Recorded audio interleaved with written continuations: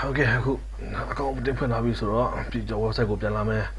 လာပြီးလို့ရှိရင်ကျွန်တော်တို့ my account ကိုပြန်နှိပ်ပါမယ် my account ကိုလေဒါခုနဖွင့်ထားတဲ့ account တင်ကဒီနေရာမှာရှိနေပြီသားပါဒါ user နဲ့ user ပါဒါ password ပါဟို my account ကိုတွားမှာဆိုတော့ပြီးတော့ပြန်လာမယ်ဒီမှာ my account ကိုနှိပ်မယ် my account ကိုနှိပ်တဲ့အခါမှာ user နဲ့ password ကိုတွေ့ရပါမယ်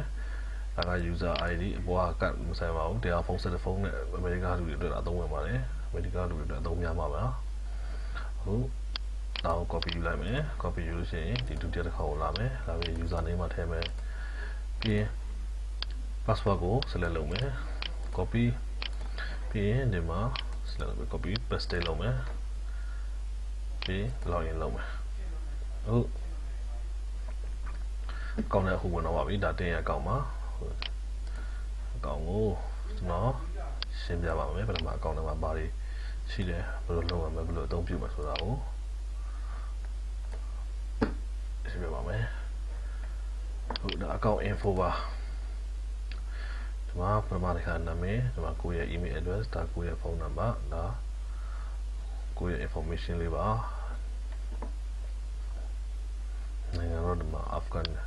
Afghanistan ဖြစ်နေပါမယ်ကိုယ့်ဘက်ကိုချိန်လို့ရပါတယ်ဒီမှာ edit လုပ်ပြီးမှဟာနိုင်ငံကို US လို့ရေးပါ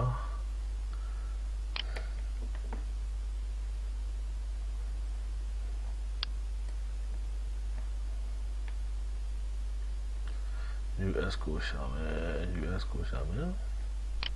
United States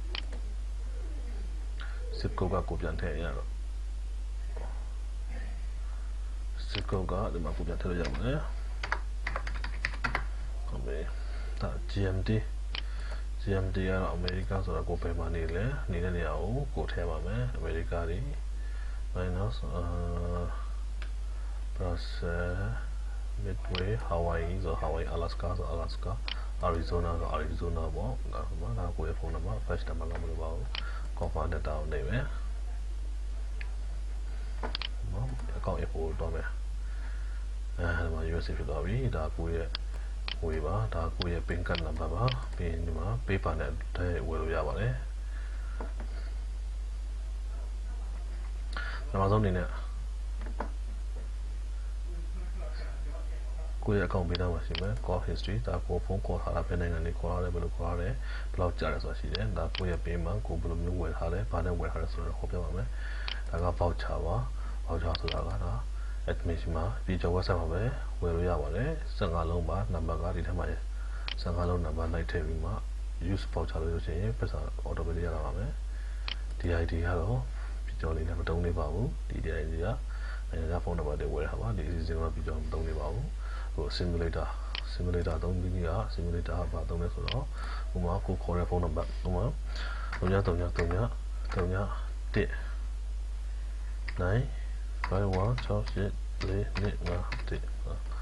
search ကိုနေလို့ရှိရင်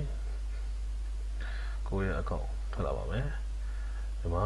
cost per minute တစ်မိနစ်ကို0.1428 cent ကျပါတယ်0.142 cent ဆိုတဲ့အခါကျတော့0.142 cent မှာတကယ်တော့ပတ်စံရှိရဆိုရင်မိနစ်ဘယ်လောက်ကြာလဲဆိုတော့ပေါ်ပြပါမယ်ဟုတ်ပါပြီအခု similarly password ကကိုချိန်လို့ရပါတယ်ဒီမှာ O password ကိုချိန်လို့ရပါတယ်ဒီ password ကိုချိန်တာပါ